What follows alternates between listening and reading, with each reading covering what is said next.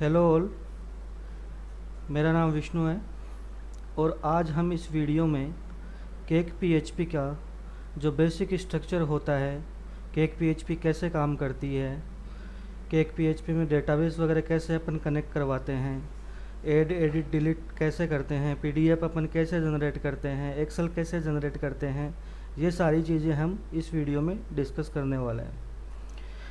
सबसे पहले अपने को चाहे केक पीएचपी हो, चाहे पीएचपी हो, चाहे लारावेल हो, कोई भी मतलब जो पीएचपी से बनी हुई फ्रेमवर्क हो, उसको रन करने के लिए अपने को एक सर्वर की ज़रूरत पड़ती है। अब सर्वर का मतलब ये हो गया कि जो भी मैं पीएचपी की स्क्रिप्ट मेरे कोड में या मेरी फाइल में जो रखूँगा उसको मुझे एग्जीक्यूट करना होता है। अब विदाउट सर्वर मैं कोई भी फाइल एग्जीक्यूट नहीं कर सकता। अगर मुझे कोई डेटाबेस में डेटा इंसर्ट करवाना है तो उसके लिए मुझे डेटाबेस की ज़रूरत पड़ती है। तो ये सारी चीज़ें जो अपने को एक ही प्लेटफॉर्म के थ्रू मिलती है, उसके लिए अपन क्या करते हैं, जैसे आप चाहो तो जैम्प डाल सकते हो अपने पीसी में, वेम्प डाल सकते हो, लैम्प अगर आपका सिस्टम लाइनेक्स है तो आप उसके ऊपर लैम्प डाल सकते हो। ये शायद मतलब आपका वेब सर्वर हुआ, लैम्प हुआ, ये क्या करेगा, मतलब आपको एक प्लेटफॉर्म प्रोवाइड कर देगा। वहाँ आपको अपना जो पीएचपी को रन करने के लिए सर्वर की ज़रूरत पड़ती है, जो अपाचे सर्वर अपना होता है वो आपको वहाँ मिल जाएगा, आपको पीएचपी वहाँ मिल जाएगी, आपको अपना डेटाबेस वहाँ मिल जाएगा। तो आप वहाँ अपना मतलब पीएचपी का जो भी काम है वो आप वहाँ परफॉर्म कर सकते हो। आप अपना खुद का एक प्रोजेक्ट क्रिएट कर सकते हो। ये सारी चीज़ें हो गई बेसिक्स। उसके बाद में आते हैं अपन केक पीएचपी के ऊपर। अब केक पीएचपी को जो अपने को सबसे पहले इंस्टॉल करना होता है अपने मतलब सर्वर के ऊपर, तो उसके लिए अपने पास दो तरीके हैं। पहला तरीका तो ये है कि अगर मैं बिल्कुल नया हूँ, मुझे मतलब स्टार्टिंग से उस चीज़ को सीखना है, तो मैं कंपोजर के थ्रू मैं उस प्रोजेक्ट को या कोई नया प्रोजेक्ट अपनी डायरेक्टरी के अंदर क्रिएट कर सकता हूँ। अभी जैसे मैंने सिस्टम में जैम्प इंस्टॉल कर रखा है, तो जैम्प के अंदर आपको अगर पीएचपी को रन करना है या पीएचपी की कोई भी फाइल रन करनी है, अपना प्रोजेक्ट रन करना है, तो जैम्प में अपना एक फ़ोल्डर होता है htdocs, वहाँ आपको अपना प्रोजेक्ट क्रिएट करना होता है। htdocs बाय डिफ़ॉल्ट जब आप रन करोगे तो जो भी आपका फ़ोल्डर है वो htdocs के अंदर ही एग्जीक्यूट होता है। htdocs ये इसका डिफ़ॉल्ट पाथ होता है, यहाँ तक सर्वर ऑटोमेटिकली अपना पाथ कवर कर लेता है। मतलब आप जो भी यहाँ प्रोजेक्ट्स बनाओगे htdocs के अंदर, वो आपको जब आप ब्राउज़र के ऊपर अपना सर्वर रन करोगे या अपना प्रोजेक्ट रन करोगे तो वो आपको वहाँ शो हो जाएगा। अभी मैंने टेस्टिंग के लिए क्या कर रखा है, मैं कंपोजर के थ्रू आपको नहीं बता रहा हूँ, कंपोजर के थ्रू आप इंस्टॉल खुद करके एक बार चेक कर सकते हैं कैसे अपन कर रहे हैं, क्या कर रहे हैं। मैंने यहाँ सिंपल एक प्रोजेक्ट मेरा जो बना हुआ है उसी को मैंने एक बार कॉपी कर रखा है, ताकि मैं आपको केक पीएचपी की हायरार्की जो फोल्डर स्ट्रक्चर वगैरह होता है वो आपको मैं एक्सप्लेन कर सकूं कि कौन से फोल्डर का क्या काम होता है, कहाँ अपने को डेटाबेस कनेक्ट करवाना होता है, कहाँ अपने को अपने साइट यूआरएल वगैरह डिफ़ाइन करने होते हैं, htaccess क्या होती है, कैसे काम करती है, ये सारी चीज़ें अपन वन बाय वन इस वीडियो में देखेंगे। अब ये जो श्री ट्रांसपोर्ट प्रोजेक्ट मैंने बनाया है, जैसे ही मैं इसको ओपन करूँगा यहाँ अपने को कुछ फ़ोल्डर्स शो हो रहे हैं। अब सबसे पहले मैं फ़ोल्डर की बात करता हूँ, डॉट गिट का मतलब क्या हुआ कि ये जो मेरा फ़ोल्डर है ये मैंने गिट के ऊपर पुश कर रखा है, वहाँ मैंने अपना प्रोजेक्ट डाल रखा है, इस वजह से ये फ़ोल्डर यहाँ पे डॉट गिट फ़ोल्डर बना हुआ है। अगर ये मेरा फ़ोल्डर सिंपल अगर गिट के ऊपर मूव नहीं होता तो ये फ़ोल्डर यहाँ नहीं होता। ये केक पीएचपी का डिफ़ॉल्ट फ़ोल्डर नहीं है, ये अपन ने बाद में इंटीग्रेट करा है इसको, क्योंकि अपन ने अपना प्रोजेक्ट गिट के ऊपर मूव करा था। नेक्स्ट जो आपका सेकंड फ़ोल्डर आता है केक पीएचपी में वो है आपका बिन फ़ोल्डर। बिन फ़ोल्डर क्या करता है कि आपकी केक पीएचपी की कोई भी डिफ़ॉल्ट फाइल्स होती है जो बाय डिफ़ॉल्ट जब आप केक पीएचपी को रन करते हो उस टाइम जो रन होती है वो सारी की सारी आपकी फाइल्स बिन फ़ोल्डर के अंदर रखी हुई होती है। आपको इनको एग्जीक्यूट करने की ज़रूरत नहीं होती है, ये बाय डिफ़ॉल्ट जब आपका मतलब सर्वर के थ्रू आपका जब प्रोजेक्ट रन होता है तो cake PHP by default in files को कॉल करती है। उसके बाद में जो आपका कॉन्फ़िग फ़ोल्डर होता है, कॉन्फ़िग फ़ोल्डर से अपन क्या करते हैं, कॉन्फ़िग फ़ोल्डर में अपन अपना साइट का यूआरएल डिफ़ाइन करते हैं, जो भी डेटाबेस की कनेक्टिविटी है वो करते हैं, इसके से आप अपनी प्रोजेक्ट्स की राउटिंग कर सकते हो। ये सारी चीज़ें अपनी कॉन्फ़िग फ़ोल्डर की हो गई। अब इसमें कौन सी फ़ाइल अपन ने बना रखी है, क्या कर रखा है, वो वन बाय वन एक बार अपन देख लेते हैं। जैसे ही मैं इस फोल्डर को यहाँ ओपन करता हूँ, यहाँ आपको कुछ फाइल्स शो हो रही है। पहली आपकी आ रही है ऐप डिफ़ॉल्ट, दूसरी है ऐप, तीसरी आ गई आपकी bootstrap.php, पाथ और राउट्स। अब जो आपको ऐप.डिफ़ॉल्ट फाइल है और bootstrap.cli फाइल है, इसमें आपको कुछ भी चेंज नहीं करना होता है।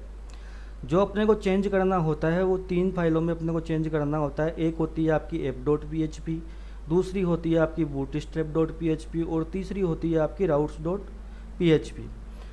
सबसे पहले मैं बात करता हूँ bootstrap.php की। तो bootstrap.php में क्या करते हैं अपन, अगर जैसे मान लीजिए मैंने एक प्रोजेक्ट बनाया श्री ट्रांसपोर्ट। ये श्री ट्रांसपोर्ट प्रोजेक्ट मेरा अभी लोकल सर्वर के ऊपर रखा हुआ है। इन फ्यूचर मुझे इसको क्या करना है, मेरे लाइव सर्वर के ऊपर इसको मूव करना है। अब प्रोजेक्ट के अंदर अपनी कई चीज़ें होती है ऐसी जहाँ अपने को क्या करना पड़ता है, बार बार चेंज करना पड़ता है। जैसे मान लीजिए अगर मुझे कोई JS फाइल कॉल करवानी है मेरे प्रोजेक्ट में, या CSS कॉल करवानी है, या मुझे कोई इमेज सेव करवानी है, तो मैं क्या करूँगा, स्टार्टिंग में मैं एक पाथ बनाया मैंने, जैसे साइट URL में मैंने क्या किया, मेरा जो भी प्रोजेक्ट URL था मैंने उसको यहाँ पे डिफ़ाइन कर दिया। अब इस यहाँ डिफ़ाइन करने का सबसे बड़ा लॉजिक क्या है कि जैसे मान लीजिए अभी मैं लोकल सर्वर के ऊपर काम कर रहा हूँ और मैं अगर मेरे प्रोजेक्ट के अंदर कहीं पे भी ये साइट URL यूज में ले रहा हूँ, तो क्या होगा, मुझे यहाँ तक का जो मैंने ये पाथ इस वेरिएबल के अंदर डाला है, मैंने इसको जो ये जो डिफ़ाइन है, डिफ़ाइन मतलब ये हो गया कि मैं कांस्टेंट क्रिएट कर रहा हूँ। कांस्टेंट का मतलब ये हुआ कि जब तक आप उस कांस्टेंट की वैल्यू खुद जाके चेंज नहीं करोगे तब तक उसकी कोई वैल्यू वो चेंज नहीं होगी। अब क्या होगा कि अगर मैं इस वेरिएबल को मेरे प्रोजेक्ट्स में कहीं पे भी अगर मैं कॉल करवाऊँगा तो मुझे क्या करेगा, ये जो वेरिएबल है मुझे ये यहाँ तक का जो मैंने इसके अंदर पाथ डिफ़ाइन कर रखा है ये मुझे वहाँ प्रोवाइड कर देगा। अब जैसे मान लीजिए अभी मैं लोकल सर्वर पे काम कर रहा हूँ तो मैंने लोकल सर्वर का यहाँ पाथ दिया। इन फ्यूचर अगर मैं इसको लाइव पे लेके जाऊँगा तो मुझे क्या करना पड़ेगा, यहाँ पे सिंपल मुझे लाइव का अपना पाथ डालना है। तो मुझे क्या करना है कि अगर मैंने मान लीजिए कोई JS CSS फाइल या कुछ भी कॉल करवा रखा है तो मुझे वहाँ बार बार जाके ना मैनुअली चेंज करने की ज़रूरत नहीं पड़ेगी, क्योंकि यहाँ अगर मैं इस पाथ को चेंज कर देता हूँ और जहाँ जहाँ मैंने इस वेरिएबल को कॉल करवाया है site_URL को, वहाँ अब मुझे ऑटोमेटिकली ये पाथ मिलने लग जाएगा। सेम ऐसे ही अपन ने क्या कर रखा है, एडमिन का जो URL होता है उसको डिफ़ाइन कर रखा है। एडमिन का URL कॉल करने के लिए सिंपल जो आपका साइट URL है उसके आगे अपन /admin लगा के जो अपना एडमिन है उसको कॉल कर सकते हैं। वेब रूट URL अपन ने डिफ़ाइन कर रखा है कि वेब रूट तक का अगर मुझे पाथ चाहिए होता है तो मैं इस वेरिएबल को कॉल करूँगा। अगर मुझे प्लगइन का कोई पाथ चाहिए तो मैं यहाँ प्लगइन वाले URL को कॉल करूँगा। तो ये मुझे क्या करेगा, ये जो पाथ है, जो ये वेरिएबल है, मुझे उस पाथ तक ले जाएगा, मेरी फ़ाइल को उस पाथ के साथ में कनेक्ट कर देगा। ये बात हुई अपनी bootstrap.php की। इसके अलावा इस फाइल में आपको कुछ भी चेंज करने की ज़रूरत नहीं है बेसिक लेवल के ऊपर। नेक्स्ट जो अपनी फ़ाइल जो कॉन्फ़िग फोल्डर में आ रही है वो है अपनी app.php। app.php का बेसिक क्या रोल होता है कि जो आपने जो डेटाबेस बनाया है अपने सर्वर के ऊपर, जो आपका php_myadmin है, उसको आप app.php के थ्रू मतलब आप अपने प्रोजेक्ट्स में कनेक्ट कर सकते हो। अब कनेक्ट करने के लिए आपको क्या करना होता है, आप सिंपल इस फाइल पे नीचे यहाँ स्क्रॉल करेंगे, अपने पास एक वेरिएबल होता है डेटा सोर्स। यहाँ मुझे कुछ भी इस जो फंक्शन मेरा बना हुआ है इसके अंदर मुझे कुछ भी चेंज नहीं करना होता। 3 चीज़ें मुझे यहाँ चेंज करनी होती है मेरे डेटाबेस को मेरे प्रोजेक्ट के साथ कनेक्ट करवाने के लिए। पहला होता है आपका यूज़र नेम, दूसरा होता है आपका पासवर्ड, तीसरा होता है आपका डेटाबेस। एक ऊपर होस्ट लिखा हुआ है, ये लोकल होस्ट, इसको आपको चेंज करने की ज़रूरत नहीं होती है। चाहे आप अपना प्रोजेक्ट लोकल पे रन करिए, चाहे आप अपना प्रोजेक्ट लाइव के ऊपर रन करिए, केवल आपको ये 3 चीज़ें चेंज करनी होती है जो मैं आपको यहाँ एक्सप्लेन कर रहा हूँ। यूज़र नेम में आपको अपना सिंपल जो डेटाबेस है उसका यूज़र नेम डालना होता है। पासवर्ड अभी मैं लोकल सर्वर के ऊपर चला रहा हूँ, इस वजह से मैंने ब्लैंक सेट कर रखा है। जब आप लाइव के ऊपर जाओगे तो आपका जो लाइव का जो डेटाबेस का जो पासवर्ड है वो आपको यहाँ पुट करना होता है। और तीसरा हो गया आपका डेटाबेस का नाम, जिस नाम से आपने अपने प्रोजेक्ट का डेटाबेस क्रिएट करा है। उसके बाद में एक यहाँ आता है टाइम जोन। अगर आपको किसी कंट्री का पर्टिकुलर सेट करना है तो आप यहाँ से उस टाइम जोन को सेट कर सकते हो। अभी मैं यहाँ इंडिया का टाइम जोन सेट कर रखा है 5:30। अगर आप यहाँ किसी दूसरी कंट्री का अगर आपको टाइम जोन सेट करना है तो आप उस हिसाब से यहाँ उसकी वैल्यू को चेंज करोगे। ये आपकी app.php का जो बेसिक्स है वो आपको क्लियर हो गया है यहाँ पे। नेक्स्ट जो आपका होता है फाइल होगी config.php में, वो आती है आपकी routes.php। routes.php बेसिकली करती क्या है, ये आपका जो प्रोजेक्ट्स है उसकी राउटिंग को मैनेज करती है। अब राउटिंग को कैसे मैनेज करिए, जैसे मान लीजिए मैंने यहाँ पे $routes और कनेक्ट यहाँ लिख रखा है, और अगर मैंने यहाँ स्लेश डाल दिया, मतलब ये क्या होगा कि अगर मेरे यूआरएल के आगे जो मेरे प्रोजेक्ट का यूआरएल है उसके आगे मुझे अगर स्लेश मिलेगा तो ये मुझे क्या करेगा, ये मुझे यहाँ पे इस पाथ के ऊपर रिडायरेक्ट कर देगा। ये क्या करेगा, मुझे उस कंट्रोलर के ऊपर लेके जाएगा जो मैंने डिफाइन कर रखा है लॉगिन्स, और यहाँ मुझे एक्शंस जो मेरा इंडेक्स है उसके ऊपर लेके जाएगा। अब ये कंट्रोलर क्या होता है, एक्शन क्या होता है, ये सारी चीज़ें अभी अपन डिस्कस करेंगे। अब यहाँ जो अपने को 3 फाइल कॉन्फ़िग फोल्डर में जो चेंज करनी थी वो मैंने आपको बता दी। राउट्स में आपको इनिशियल लेवल पे कुछ भी चेंज करने की ज़रूरत नहीं होती है। अगर आप अपने प्रोजेक्ट की राउटिंग मैनेज करना चाह रहे हो तभी आप इस फाइल के अंदर चेंज करोगे। अदरवाइज आप यहाँ सिंपल app.php से अपना डेटाबेस कनेक्ट करिए और bootstrap.php में अपने जो भी साइट का यूआरएल उसका कांस्टेंट बनाइए और उसको वहाँ डिफाइन करिए। जहाँ जहाँ आपको ज़रूरत पड़ रही है अपने साइट यूआरएल की, वहाँ आप उस वेरिएबल को कॉल करवाइए। उसके बाद में आता है आपका लॉग्स फोल्डर। लॉग्स फोल्डर क्या कर रहा है, जो भी आपके प्रोजेक्ट्स में एरर वगैरह जो बनती है या जो लॉग फाइल्स बनती है वो आपकी सारी की सारी यहाँ स्टोर होती है। लॉग्स फोल्डर का केवल इतना ही काम होता है कि आपके प्रोजेक्ट्स में जो एरर्स वगैरह बन रही है, जो लॉग्स वगैरह बन रहे हैं, वो आपकी यहाँ स्टोर होती है। अगर आपको अपने प्रोजेक्ट्स में कोई एरर वगैरह चेक करनी है जो आपको शो नहीं हो रही है या कोई जो भी प्रॉब्लम आ रही है, तो आप यहाँ इसको लॉग्स फोल्डर में जाके जो एरर लॉग बना हुआ है उसको ओपन करके देख सकते हो। यहाँ आपके प्रोजेक्ट्स की ओवरऑल जो एरर्स होती है वो राइट होती है। नेक्स्ट फोल्डर जो आपका होता है वो होता है आपका प्लगइन फोल्डर। प्लगइन फोल्डर क्या करता है कि अगर आपको मान लीजिए कोई कस्टम प्लगइन अपने प्रोजेक्ट के अंदर इंटीग्रेट करना है जो cake.php की तरफ से नहीं है, आप उसको एक थर्ड पार्टी जो प्लगइन आपको अपने प्रोजेक्ट्स में इंस्टॉल करना है उसको यूज करना है, तो वो आप प्लगइन यहाँ अपने plugins.फोल्डर के अंदर पुट कर सकते हो। उसके बाद में मैं SRC को अभी होल्ड कर रहा हूँ, उससे पहले मैं आपको एक टेम्प फोल्डर क्या होता है, वेंडर और वेबरूट के बारे में बताना चाहता हूँ, क्योंकि आपका जो SRC फोल्डर और वेबरूट फोल्डर, वेंडर फोल्डर, ये 3 आपके जो मेन मतलब फोल्डर होते हैं cake.php का, जो आपको लगभग जो 99% जो चेंजेज होते हैं, जो काम होता है, वो आपका इन 3 फोल्डर्स के थ्रू होता है cake.php में। पहला हो गया आपका SRC, दूसरा हो गया आपका वेंडर और तीसरा हो गया आपका वेबरूट। तो अगर मैं टेम्प फोल्डर की बात करूं तो टेम्प फोल्डर क्या करता है, आपके प्रोजेक्ट्स के जो कैशे वगैरह होते हैं उनको यहाँ पे स्टोर करता है। उसके बाद में आपका आता है वेंडर फोल्डर। वेंडर फोल्डर क्या कर रहा है, वेंडर फोल्डर आपकी जो cake.php की डिफ़ॉल्ट हायरार्की है उसको मैनेज कर रहा है। आप यहाँ पे मतलब अगर जैसे मान लीजिए मुझे कोई PDF जनरेट करना है या एक्सेल जनरेट करना है, कोई भी कस्टम मॉड्यूल अगर मुझे मेरे प्रोजेक्ट में इंटीग्रेट करना है तो मैं वेंडर फोल्डर के थ्रू इंस्टॉल कर सकता हूँ। अगर मुझे कोई नया यहाँ पे कोई मॉड्यूल डालना है कि जैसे मान लीजिए मुझे PHP एक्सेल डालना है या PDF डालनी है, तो वो सिंपल मैं वेंडर फोल्डर में कंपोजर के थ्रू क्रिएट कर सकता हूँ। उसके बाद में आता है आपका वेबरूट फोल्डर। वेबरूट फोल्डर क्या करता है कि आपके पास जो भी CSS है, JS है, या आपको कोई सिंपल PHP की फ़ाइल कॉल करवानी है या आपको कोई इमेज स्टोर करवानी है अपने प्रोजेक्ट में, तो ये सारी की सारी चीज़ें आपकी वेबरूट फोल्डर के अंदर रहती है। अगर मान लीजिए मुझे JS फाइल यहाँ कॉपी करनी है तो मैं सिंपल JS का एक फ़ोल्डर बनाऊँगा और उसके अंदर सारे की सारे GSS मूव कर दूँगा। अगर मुझे सेम CSS के को यहाँ पे पुट करना है तो आप सिंपल CSS का एक फ़ोल्डर बना सकते हो और उसके अंदर आप अपनी सारी की सारी CSS वगैरह पुट कर सकते हो। यहाँ आपको वेबरूट का ये काम हो गया। अब उसके बाद में आपका जो सबसे मेन फोल्डर आता है वो है आपका SRC फोल्डर।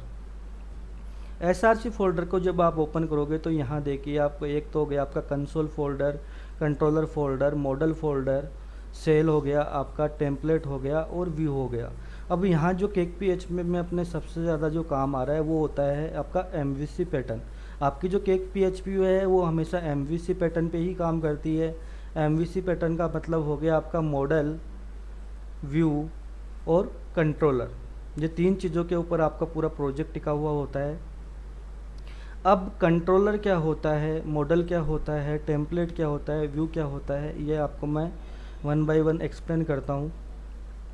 कंट्रोलर क्या होगा कि कंट्रोलर आपका मॉडल और जो टेम्पलेट है उसको बीच में आपस में मतलब क्या करेगा, ये इंटरलिंक करेगा। मतलब क्या होता है, आपका जो टेम्पलेट और मॉडल के बीच में एज ए ब्रिज की तरह आपका कंट्रोलर काम करता है।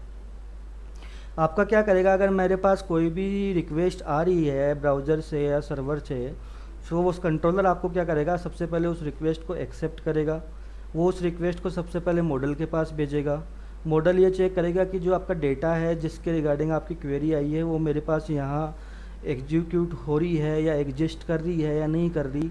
उससे जो मॉडल से मेरा जो भी रेस्पॉन्स आ रहा है वो मॉडल क्या करेगा, आपके व्यू को डिलीवर कर देगा या टेम्पलेट को डिलीवर कर देगा, और टेम्पलेट जो भी रेस्पॉन्स होगा वो आपके वापस कंट्रोलर को डिलीवर कर देगा।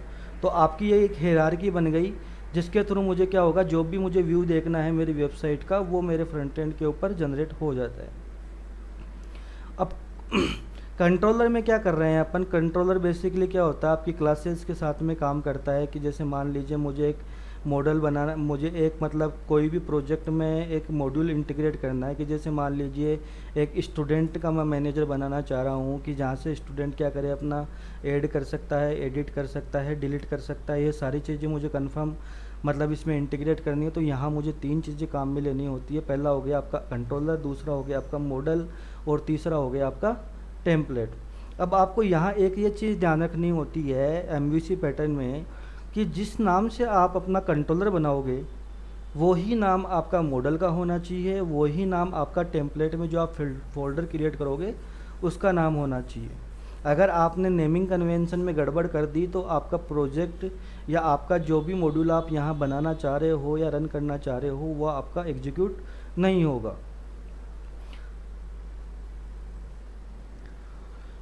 अब आप यहाँ कंट्रोलर, मॉडल और जो आपका टेम्पलेट है उसको ऐसे भी समझ सकते हैं कि जैसे मान लीजिए मेरे पास एक फॉर्म है। अब उस फॉर्म को मुझे क्या करना है कि सबसे पहले तो मुझे वो फॉर्म डिजाइन करना है, उस फॉर्म को मुझे डेटाबेस में सेव करवाना है और उस यूज़र को दिखाना है। अब आपको इसके लिए क्या करना पड़ेगा, सबसे पहले मुझे क्या करना पड़ेगा, मेरा फॉर्म बनाना है HTML में या PHP में, जो भी मेरी रिक्वायरमेंट है उस हिसाब से। तो जो आपका यूज़र को जो व्यू होता है, यूज़र को जो यहाँ व्यू निकल के आता है, ये जो व्यू आप देख रहे हैं एक सिटी ट्रांसपोर्ट प्रोजेक्ट का, ये जो आपको जो ये मैंने जो फॉर्म बना रखा है, ये फॉर्म आपका जो HTML है या जो PHP है वो मतलब आपका जो ये व्यू फोल्डर, सॉरी जो आपका टेम्पलेट फोल्डर है, इस टेम्पलेट फोल्डर के अंदर आपको अपना व्यू डिफाइन करना होता है। उसके बाद में मॉडल्स में आप क्या करोगे, जिस भी टेबल में मुझे डेटा इंसर्ट करना है, कि जैसे मान लीजिए मैंने स्टूडेंट्स का एक फॉर्म बनाया है, लॉगिन का फॉर्म बनाया, एक टेबल बनाई मैंने लॉगिन्स की। अब मुझे उस मॉडल के साथ में उस टेबल्स को लिंक करना है, तो मैं सिंपल क्या करूँगा, उस टेबल का यहाँ पे इस मॉडल में जो टेबल मेरा जो फोल्डर है उसके अंदर जाके एक नया मॉडल क्रिएट करूँगा और उसके अंदर मेरी वो टेबल डिफाइन कर दूँगा। तो आपका क्या होगा, जो टेबल है उस मॉडल के साथ में लिंक हो जाएगी। अब मुझे जहाँ जहाँ उस टेबल की ज़रूरत पड़ेगी मेरे उस प्रोजेक्ट के अंदर, तो मैं क्या करूँगा, उस प्रोजेक्ट के में जो मैंने मॉडल बनाया उस मॉडल को मैं वहाँ कॉल कर लूँगा। अगर मुझे कोई भी फंक्शन बनाना है, जैसे मान लीजिए मुझे कोई क्वेरी लिखनी है, इंसर्ट करवाना है डेटा, तो वो आपका सारा का सारा काम किस में होता है, वो आपका सारा का सारा काम कंट्रोलर के अंदर होता है।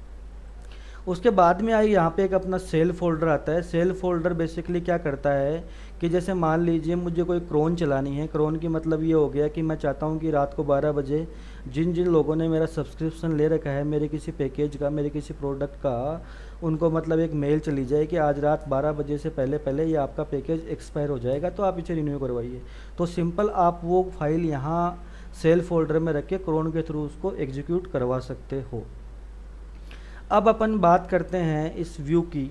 जैसे मान लीजिए मैंने क्या कर रहा हूँ, मैं इस प्रोजेक्ट को सबसे पहले मुझे ब्राउज़र पे रन करना है, जो मैंने shriratransport.co नाम से फ़ोल्डर बनाया था, जो हायरार्की मैं अभी आपको समझा रहा था। तो मैंने क्या किया, सिंपल जो मेरा लोकल होस्ट का आईपी था वो मैंने यहाँ डाला, मेरे प्रोजेक्ट का नाम डाला, और जैसे ही मैंने एंटर करा तो ये मेरे पास जो फाइल है ये यहाँ पे ओपन हो गई। अब ये फाइल ये कैसे यहाँ आ रही है, कैसे काम कर रही है, वो सारी चीज़ें अपन एक बार देख। अब यहाँ जैसे ही देखिए, एक चीज़ मैंने एक बार राउटिंग में आपको एक्सप्लेन करी थी कि अगर मैं यहाँ shriratransport.co लिख रहा हूँ तो ये यहाँ ऑटोमेटिक स्लेश आ रहा है आपका, या मैं यहाँ आगे स्लेश लेके जा रहा हूँ तो ये मुझे क्या कर रहा है, इस एक पेज के ऊपर रिडायरेक्ट कर रहा है। जब ये पेज मेरा कौन सा है, इससे आप सिंपल अपना राउटिंग में जाके ये चेक कर सकते हो कि जो मैं यूआरएल कॉल करा रहा हूँ ये मेरी कौन सी फाइल्स को यहाँ कॉल करवा रहा है। तो यहाँ अपन ने देखा कि जैसे मैं यहाँ routes.php पे गया और मैं यहाँ पे स्लेश से मैंने डिफ़ाइन कर रखा है कि अगर मेरे ब्राउज़र में मेरे प्रोजेक्ट यूआरएल के आगे अगर मुझे स्लेश मिलता है तो आपका जो रिक्वेस्ट है वो कहाँ जाएगी, ये जाएगी आपके पास लॉगिन्स जो आपने कंट्रोलर बना रखा है उसके अंदर जो इंडेक्स फंक्शन है उसके ऊपर ये आपकी जो एक्शन वो सॉरी जो रिक्वेस्ट है वो परफॉर्म होगी।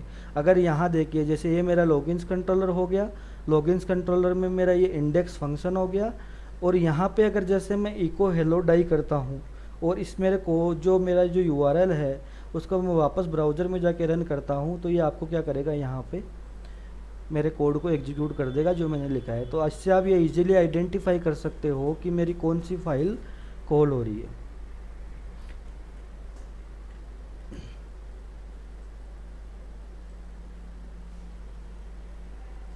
अब यहाँ जो आपका लेआउट बन के ये आ रहा है, इसके लिए अपने को क्या करना पड़ रहा है वो मैं बताता हूँ आपको। सबसे पहले मुझे क्या करना है कि जो मेरे टेम्पलेट फ़ोल्डर है इसके अंदर मुझे जाना है। टेम्पलेट फ़ोल्डर में क्या होता है, देखो एक तो आपका एडमिन हो गया, एक आपका एलिमेंट हो गया, एक आपका एरर हो गया, एक होम्स हो गया, लेआउट, लॉगिन से कुछ फ़ोल्डर अपन ने यहाँ बना रखे हैं। अब यहाँ क्या हो रहा है, देखो दो आपकी जब भी आप कोई प्रोजेक्ट बनाते हो तो उस प्रोजेक्ट के दो पार्ट होते हैं, एक होता है आपका फ्रंट साइड और एक होता है आपका एडमिन साइड। अगर मुझे एडमिन से रिलेटेड मुझे कुछ भी काम करना है तो वो मैं जो एडमिन फ़ोल्डर मैंने बना रखा है इस एडमिन फ़ोल्डर्स के अंदर मैं काम करूँगा। मान लीजिए मुझे एक बैंक से रिलेटेड कोई भी काम करना था, एक बैंक मैनेजर का फॉर्म बनाना था कि मतलब वो अपना क्या कर सकता है, ऐड कर सकता है, एडिट कर सकता है, डिलीट कर सकता है, तो वो सारे के सारे फॉर्म मैं यहाँ इस एडमिन के वाले फ़ोल्डर के अंदर बनाऊँगा। वो सारे की सारी फाइल्स यहाँ एडमिन के अंदर होगी। अब एक चीज़ आपने यहाँ नोटिस करी होगी कि ये जो टाइप आ रहा है ये मेरा CTP लिखा हुआ आ रहा है, जबकि अपन काम PHP पे कर रहे हैं। तो केक 3 वाले जो वर्जन है सारे, केक 3 से लेकर 3.9 तक, वहाँ क्या हो रहा है कि जो आपका मॉडल है और जो कंट्रोलर है उसका एक्सटेंशन आपका .php होता है। आप अपनी फ़ाइल को .php के साथ में सेव करोगे, और जो टेम्पलेट वाली फाइल्स होती है, जो व्यू वाली फाइल्स होती है, उनको आप .ctp के साथ में सेव करोगे। अब यहाँ अगर मैं जैसे मान लीजिए मुझे अगर कोई फ्रंट के लिए कोई काम करना होता तो सिंपल मैं यहाँ एडमिन में फ़ोल्डर ना बना के मैं यहाँ एडमिन से बाहर जो मेरा टेम्पलेट फ़ोल्डर है यहाँ मुझे वो फाइल या मेरे को वो जो मेरा फ़ोल्डर है वो क्रिएट करना पड़ता। अब ये देखिए, जैसे अभी अपन लॉगिन्स वाले कंट्रोलर को अपन ने देखा, अब ये लॉगिन्स मेरा एडमिन को अभी मैंने मतलब लॉगिन नहीं करा है, एडमिन वाले मॉड्यूल के अंदर मैं गया नहीं हूँ, मैं पहले ही जो मेरी वेबसाइट का जो फ्रंट था एक तरीके से ये मेरा कॉल हुआ है। तो अब मुझे एडमिन में तो अभी कुछ भी नहीं करना। अब अपना जो राउटिंग के हिसाब से क्या कॉल हो रहा है, राउटिंग के हिसाब से मेरा यहाँ पे कंट्रोलर कॉल हो रहा है कौन सा, लॉगिन्स। तो और लॉगिन्स के बाद में जो मेरी फाइल कॉल हो रही है वो मेरी index.ctp कॉल हो रही है। तो अब अपने को क्या करना है, सिंपल जैसे मान लीजिए अगर आपको देखना है तो आप कंट्रोलर में जाओगे, कंट्रोलर में भी सेम वही कंसेप्ट है। अगर आपको एडमिन से रिलेटेड कोई भी कंट्रोलर बनाना है तो आप इस एडमिन वाले फ़ोल्डर के अंदर बनाओगे, और अगर मेरे को फ्रंट से रिलेटेड कोई भी कंट्रोलर बनाना है तो वो आप एडमिन का फ़ोल्डर है उसके बाहर अपना कंट्रोलर बनाओगे। तो केक PHP इसको क्या कर रही है, मतलब डिफ्रेंशिएट कर रही है कि हाँ चलो ये जो मुझे एडमिन से रिलेटेड दो कैटेगरी में आप इसने इसको बांट दिया कि एडमिन से रिलेटेड जो मैं काम करूँगा वो मैंने एक सेपरेट फ़ोल्डर के अंदर डाल दिया, और फ्रंट के लिए मैं जो काम कर रहा हूँ वो मैंने एडमिन से बाहर निकाल दिया।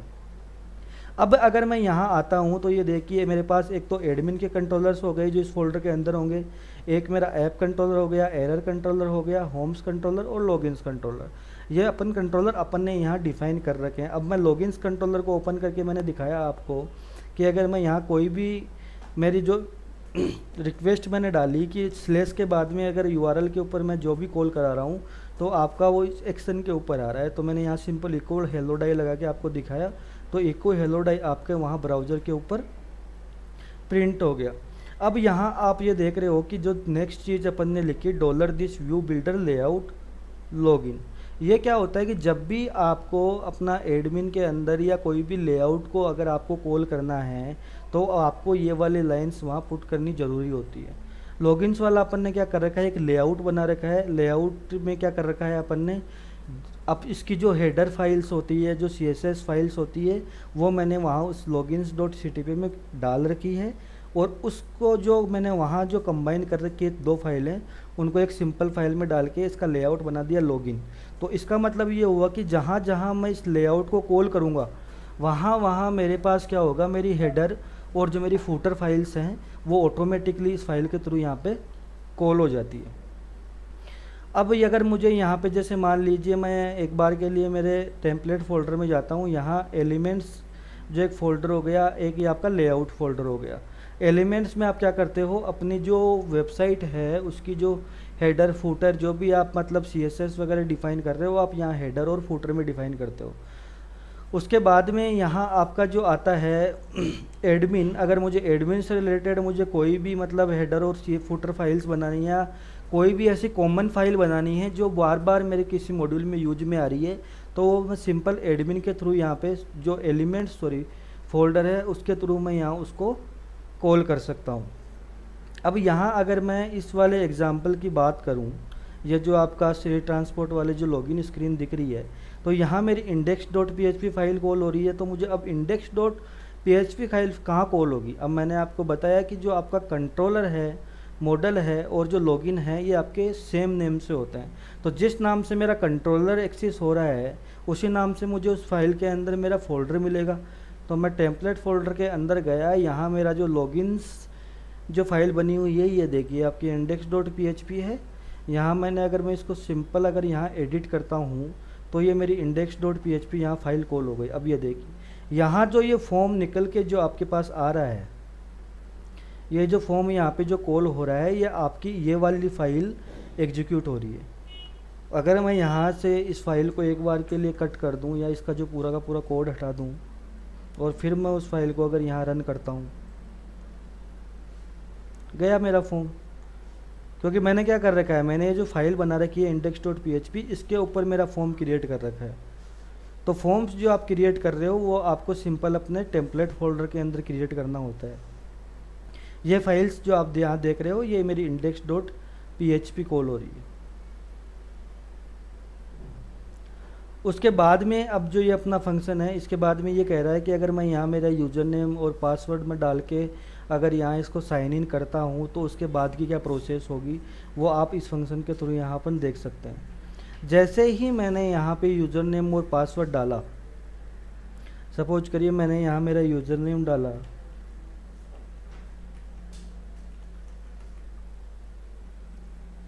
पासवर्ड अपना एंटर करा,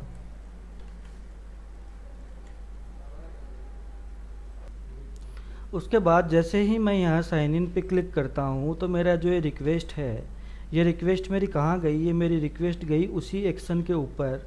यहाँ मैंने क्या कर रखा है कि जैसे मान लीजिए $this request is post और is put, इसका क्या मतलब होता है कि अगर मैंने जो ये फॉर्म बनाया है, ये जो मैं फॉर्म बना रहा हूँ, यहाँ देखिए $this echo form create। अब ये $this echo form create क्या होता है, ये एक तरीके का आपका हेल्पर है कि एक PHP का बनाया हुआ जो आपको फॉर्म क्रिएट करने में हेल्प करता है। अब यहाँ अपन ने क्या करा, लॉगिन्स मेरा जो मॉडल का नाम है जो उससे मैं मतलब मेरा जो फॉर्म क्रिएट कर रहा हूँ, उसके बाद में आप अपना URL ऐसे सिंपल डिफ़ाइन कर सकते हो। आप यहाँ अगर URL डिफ़ाइन नहीं भी करोगे तो भी एक बार के लिए आपके कोड को उसी एक्शन के ऊपर लेके जाएगा, क्योंकि ये बाय डिफ़ॉल्ट इसका सिस्टम होता है कि एक PHP का कि जहाँ से मैंने रिक्वेस्ट गेट करी है वहीं मैं वापस से रिक्वेस्ट को पोस्ट करता हूँ। अगर मान लीजिए मुझे किसी दूसरे यूआरएल पे मेरे फॉर्म को सबमिट करना है तो मैं यहाँ ये यूआरएल डिफ़ाइन करके उसको चेंज कर सकता हूँ। अदरवाइज़ अगर आप यूआरएल नहीं भी दोगे तो भी कोई प्रॉब्लम नहीं आएगी, आपके पास रिक्वेस्ट वापस से ये उसी फॉर्म के ऊपर जाएगी जहाँ से अपने को गेट हुई है। अब यहाँ क्या होगा, यहाँ देखिए अपन ने मेथड ले रखा है पोस्ट, मतलब यहाँ अगर आप बाय डिफ़ॉल्ट अगर कुछ भी मेथड डिफाइन नहीं कर रहे हो केक के अंदर तो वो आपका जो फॉर्म है उसको बाय डिफ़ॉल्ट पोस्ट मेथड से ही सबमिट करती है। अब यहाँ क्या होता है, आप जो कोर पीएचपी में अगर आपने देखा हो तो जो आपका फॉर्म होता है उसको आप जो प्रिंट करवाते हो उसके लिए आप लिखते हो प्रिंट अंडरस्कोर आर, जो आपका डॉलर अंडरस्कोर पोस्ट, उसमें आपका जो भी पोस्ट डेटा जो आपने भेजा है वो आपको वहाँ पे प्रिंट हो जाता है। अब यहाँ आपको क्या करना होता है, प्रिंट अंडरस्कोर आर को अपन ने सॉर्ट कर दिया पीआर, मतलब जो कोर पीएचपी में अपना प्रिंट अंडरस्कोर आर जो काम कर रहा था वो अब आप यहाँ आप केक पीएचपी में वो आपका पीआर काम कर रहा है। और इज पोस्ट मतलब ये चेक कर रहा है कि जो मेरे पास डेटा आ रहा है वो यहाँ मेरे पास पोस्ट मेथड में आ रहा है, तो मैं यहाँ इज पोस्ट लगाऊंगा। उसके बाद में मैंने मेरा जो कर्ली ब्रेस से जो मेरा फंक्शन है उसको स्टार्ट करा और डॉलर दिस रिक्वेस्ट डेटा, अब वहाँ जो आपका डेटा डॉलर अंडरस्कोर पोस्ट में आ रहा था वो यहाँ आपको गेट होगा डॉलर दिस रिक्वेस्ट डेटा में। मतलब सिंपल ये हो गया कि अगर मुझे मेरा कोई भी डेटा यहाँ पीआर या प्रिंट आर करके देखना है कि मेरे पास क्या रिक्वेस्ट आ रही है सर्वर से, तो वो आप सिंपल यहाँ डॉलर दिस रिक्वेस्ट डेटा करके और उस वैल्यू को यहाँ प्रिंट करवा सकते हो। तो जैसे मैंने ईमेल में डाला और ये मैंने पासवर्ड डाला, तो यहाँ जो जो मैंने डेटा यहाँ पोस्ट के थ्रू भेजा था वो मुझे यहाँ पे प्रिंट हो गया।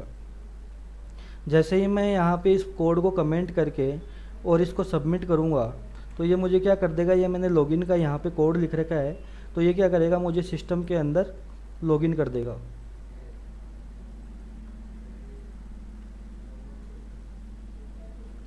Sorry, invalid user name password आ रहा है, शायद मैंने यूज़र नेम और पासवर्ड गलत डाला है।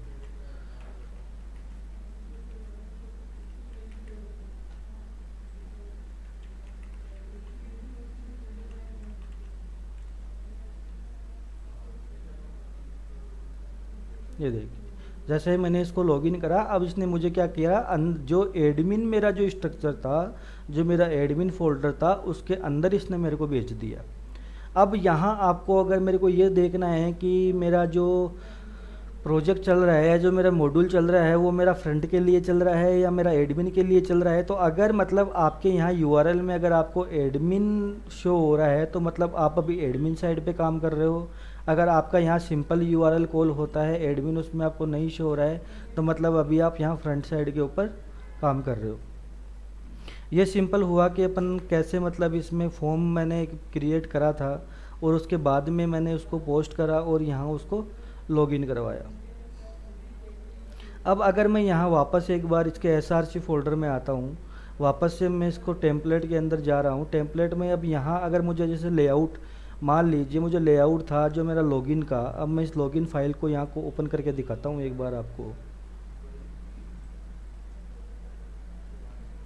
तो ये देखिए यहाँ अपन ने क्या कर रखा है, जो मेरी लॉगिन वाला जो मेरा जो वो था लेआउट था, यहाँ अपन ने क्या कर रखा है, जो केक पीएचपी के जो इस फॉर्म की जो एचटीएमएल, जो सीएसएस, जो हेडर जो मेरे पास आ रही थी, जो मैंने सीएसएस वगैरह डिफाइन कर रही थी, वो सारी की सारी मैंने यहाँ इस login.ctp में डाल रखी है। तो अब मैं जहाँ जहाँ इस लेआउट को कॉल करूँगा मुझे ये बाय डिफ़ॉल्ट वहाँ मुझे ये एक्सेस हो जाएगा। आप चाहो तो यहाँ सिंपल जो आपका एलिमेंट फोल्डर है उसमें आप दो अलग अलग फाइल बना सकते हो। एक बना लो आप अपने हेडर की और एक बना लो आप सिंपल फूटर की, और उसको आप यहाँ पे कॉल करवा सकते हो। जैसे फ्रंट के लिए अगर अपन ऐसे कॉल करवाया होगा अपन ने अगर इस प्रोजेक्ट में,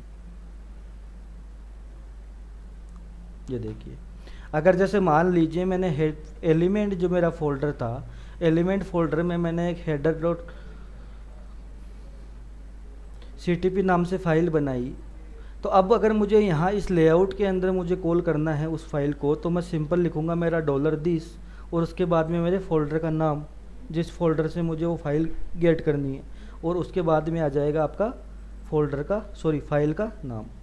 अगर मुझे यहाँ से एलिमेंट में मैंने अगर विष्णु के नाम से फ़ाइल बनाई होती और मुझे यहाँ इस मतलब जो मेरा लेआउट है उसके अंदर मुझे उसको अगर कॉल करना होता तो मैं क्या लिखता वहाँ पे, मैं सिंपल लिखता $this एलिमेंट और यहाँ मेरी फ़ाइल का नाम विष्णु, तो वो मुझे उस लेआउट के अंदर वो फ़ाइल मेरी कॉल हो जाती।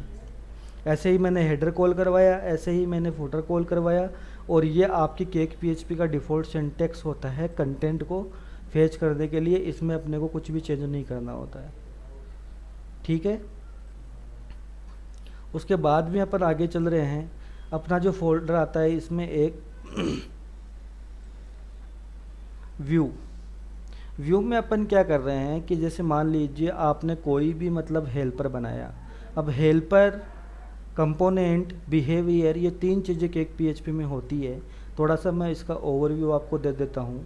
कंपोनेंट क्या होता है, अगर जैसे मान लीजिए मैं कोई सी कंट्रोलर के ऊपर काम कर रहा हूँ और अब मैंने कंट्रोलर पे क्या करा, एक ऐसा फंक्शन बनाया या मेरी एक ऐसी रिक्वायरमेंट है जो मुझे बार बार कहीं ना कहीं यूज में लेनी है। तो मैं क्या करूँगा, मैंने एक सिंपल उसका एक कंपोनेंट बना लिया उस फाइल का। अब मुझे जहाँ जहाँ भी जिस फाइल के अंदर, जिस कंट्रोलर के अंदर मुझे अगर उस फाइल को कॉल करवानी है तो मैं सिंपल उस कंपोनेंट को कॉल करवाऊँगा। तो जहाँ जहाँ मैंने वो कंपोनेंट कॉल करवाया, मैंने जो उस कंपोनेंट में जो कोड कर रखा था वो मेरा वहाँ मुझे उस कंट्रोलर के ऊपर मिल जाता है। मतलब आप सिंपल वर्ड्स में ये कह सकते हो कि जो आपकी कोड की जो रीयूजेबिलिटी होती है उसको बढ़ाता है आपका कंपोनेंट। आपको बार बार सेम कोड लिखने की ज़रूरत नहीं पड़ती है। सेम ऐसे ही जो आपका मॉडल्स है, मॉडल्स में आपका बिहेवियर होता है। जो आपका कंपोनेंट काम कंट्रोलर के लिए कर रहा है, बिहेवियर वही काम मॉडल के लिए करता है। टेम्पलेट के लिए जो टेम्पलेट है वो आपका जो व्यू होता है, जो आपका मतलब जो आपका टेम्पलेट फोल्डर है। अगर टेम्पलेट फोल्डर में मुझे मान लीजिए बार बार कोई कोड काम में लेना है तो उसके लिए मैं क्या करूँगा, मेरे व्यू में जाके हेल्पर बनाऊँगा। मतलब क्या करेगा कि जो आपका टेम्पलेट है उसकी हेल्प करेगा हेल्पर, कंट्रोलर है उसकी हेल्प करेगा आपका कंपोनेंट, और जो मॉडल है उसकी हेल्प करेगा आपका बिहेवियर। कुछ डिफ़ॉल्ट्स जो आपके टेम्पलेट्स होते हैं वो केक PHP की तरफ से अपने को प्रोवाइड करे जाते हैं। जैसे एजेक्स हेल्पर हो गया, एजेक्स व्यू हेल्पर हो गया, आपका फॉर्म हेल्पर हो गया। अगर मैं जैसे इसको अंदर खोलूँ तो आप JS इंजन हेल्पर हो गया। ये सारी चीज़ें मतलब अपने को केक PHP प्रोवाइड कर रही है। अभी जैसे अगर मैं यहाँ इस फाइल पे लेके जाऊँ आपको और index.php के ऊपर, और अगर मैं यहाँ पे ये इको $this फॉर्म क्रिएट कर रहा हूँ तो ये फॉर्म क्या है, ये एक तरीके का केक PHP का हेल्पर है जो मुझे फॉर्म को क्रिएट करने में हेल्प कर रहा है मेरी। अगर मुझे सिंपल आप जो यहाँ जैसे आप कोर PHP में या HTML में सिंपल कोई इनपुट टाइप बनाओगे तो आप वहाँ क्या लिखोगे, simple input type equal to text, name डालोगे, आप उसकी प्लेस होल्डर डालोगे। यहाँ आपको केक PHP क्या कर रही है, हेल्पर के थ्रू मतलब ये प्रोवाइड कर रही है कि अगर आपको सिंपल इनपुट टाइप बनाना है तो आप इस सिंटेक्स के थ्रू $this फॉर्म इनपुट, जिसमें नाम से आपको वैल्यू पास करनी है वो, और बाकी चीज़ें आप ऐसे एडिशनल यहाँ पास करके अपना सिंपल इनपुट टाइप बना सकते हो। अब जैसे मैं अगर इस वाली फाइल की बात करूँ, इस वाले कोड की बात करूँ, तो इस कोड का जो आउटपुट आ रहा है, इस वाले जो कोड का आउटपुट आ रहा है वो आपको ब्राउज़र पे ये यहाँ शो हो रहा है ईमेल।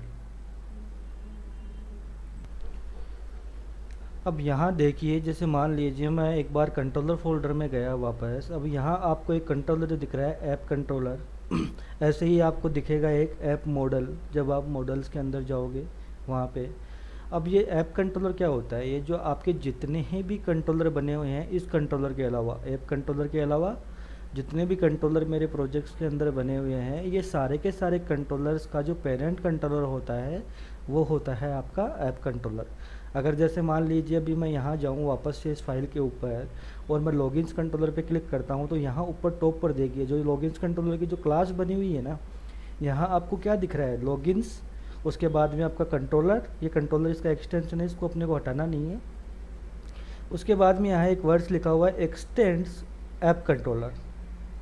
इसका क्या मतलब हुआ कि अगर मैंने इस एक्सटेंड करा है मेरे ऐप कंट्रोलर को, तो अब क्या होगा कि जो ऐप कंट्रोलर में जितना भी मेरा काम हो रखा है वो सारा का सारा काम मैं इस फाइल के ऊपर एक्सेस कर सकता हूँ।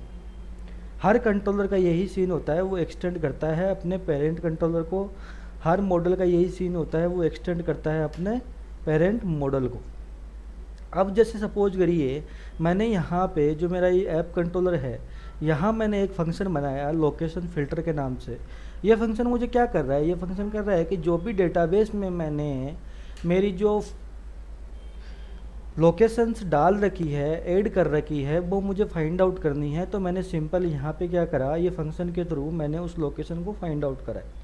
अब यहाँ सबसे जो ध्यान देने बात वो है कि इस फंक्शन को मैंने क्या करा है, इस ऐप कंट्रोलर के अंदर बनाया है।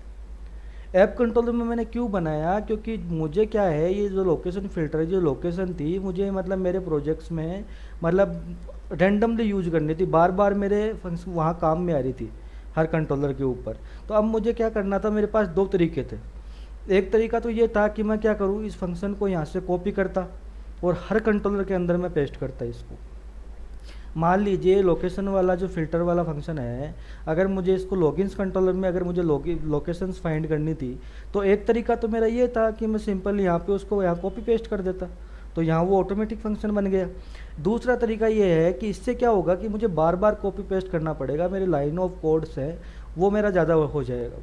तो मैंने क्या करा, यहाँ जब ऐप कंट्रोलर में बना दिया, तो अब क्या होगा कि ऐप कंट्रोलर हर आपका जो कंट्रोलर है वो एक्सटेंड कर रहा है किसको, आपके ऐप कंट्रोलर को। मतलब अगर मेरा ऐप कंट्रोलर अब एक्सटेंड हो गया, इसकी सारी की सारी प्रॉपर्टीज़ मुझे इस कंट्रोलर के साथ में मिल रही है, तो अब वो फंक्शन भी मेरा यहाँ मिल गया। अब सिंपल आपको ऐप कंट्रोलर से कोई भी फंक्शन कॉल करवाना है तो आप सिंपल यहाँ लिखो $this, जहाँ पे भी आपको कॉल करवाना है। मान लीजिए मुझे यहाँ कॉल करवाना था, तो मैं यहाँ सिंपल लिखूँगा $this और मेरा जो भी फंक्शन है उसका नाम, जैसे मान लीजिए उसका फंक्शन का नाम था ये लोकेशन फ़िल्टर, तो मैं यहाँ सिंपल डालूँगा लोकेशन फ़िल्टर और ये मेरा फंक्शन कॉल हो गया। बस जो आउटपुट उस फंक्शन का मुझे वहाँ मिल रहा था, सेम आउटपुट मुझे इस फंक्शन के अंदर भी मिल जाएगा।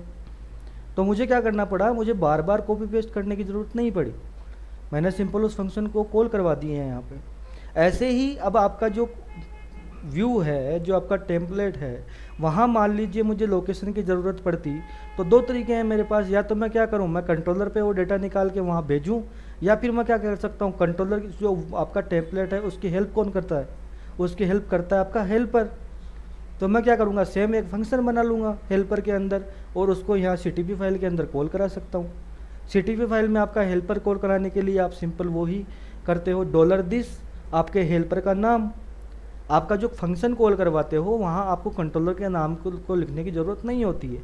लेकिन अगर आप यहाँ किसी भी व्यू फाइल के अंदर आपको हेल्पर कॉल करवाना है, तो आपको उस हेल्पर का नाम लिखना होता है, ताकि यहाँ ये मतलब सिस्टम को या इसको केक PHP को ये पता लगे कि जो कौन से हो हेल्पर में से मुझे कौन सा फंक्शन कॉल करवाना है, और उसका आउटपुट आपको यहाँ मिल जाएगा। तो ये जो अपन ने देखा अभी पूरा का पूरा जो केक PHP स्ट्रक्चर, मतलब केक PHP कैसे काम कर रही है, SRC फोल्डर का यहाँ क्या काम है, वेंडर फोल्डर का अपना क्या काम है, कॉन्फ़िग अगर मुझे डेटाबेस का कनेक्शन बनाना है तो वो मैं कैसे बनाऊंगा, मुझे अगर कोई कांस्टेंट बनाना है उसको बार बार यूज लेना है तो वो मैं कहाँ डिफ़ाइन करूँ, मैं उसको कैसे यूज में लूँ, ये सारी चीज़ें अपन इस वीडियो में डिस्कस कर चुके हैं। अब नेक्स्ट वीडियो में अपन क्या करेंगे, नेक्स्ट वीडियो में अपन ये देखेंगे कि मैं केक PHP के थ्रू, हालांकि मैंने बता दिया आपको कि कैसे फॉर्म बनाते हैं, क्या करते हैं, लेकिन अब नेक्स्ट वीडियो में अपन एक फॉर्म के साथ में डील करेंगे। एक फॉर्म होगा अपने पास में कि फॉर्म मैं कैसे क्रिएट कर रहा हूँ, उसको कैसे मैं डेटाबेस में सेव करवा रहा हूँ, कैसे मैं उसको एडिट करूँगा, कैसे मैं डिलीट करूँगा, कैसे मुझे अगर ज़रूरत पड़े तो मैं उसकी PDF जनरेट करूँगा, कैसे मैं एक्सेल में डेटा है वो उसको एक्सपोर्ट करता हूँ, कैसे मैं यहाँ एक्सेल के जो मॉड्यूल है उसको इंटीग्रेट करूँगा, PDF के मॉड्यूल को इंटीग्रेट करूँगा। क्योंकि PDF एक्सेल ये सारी चीज़ें आपकी क्या होती है, ये थर्ड पार्टी टूल है, लेकिन अपने को यूज में लेना है केक PHP में, तो अपन कैसे यूज में लेते हैं सारी की सारी चीज़ें अपन नेक्स्ट वीडियो में डिस्कस करेंगे।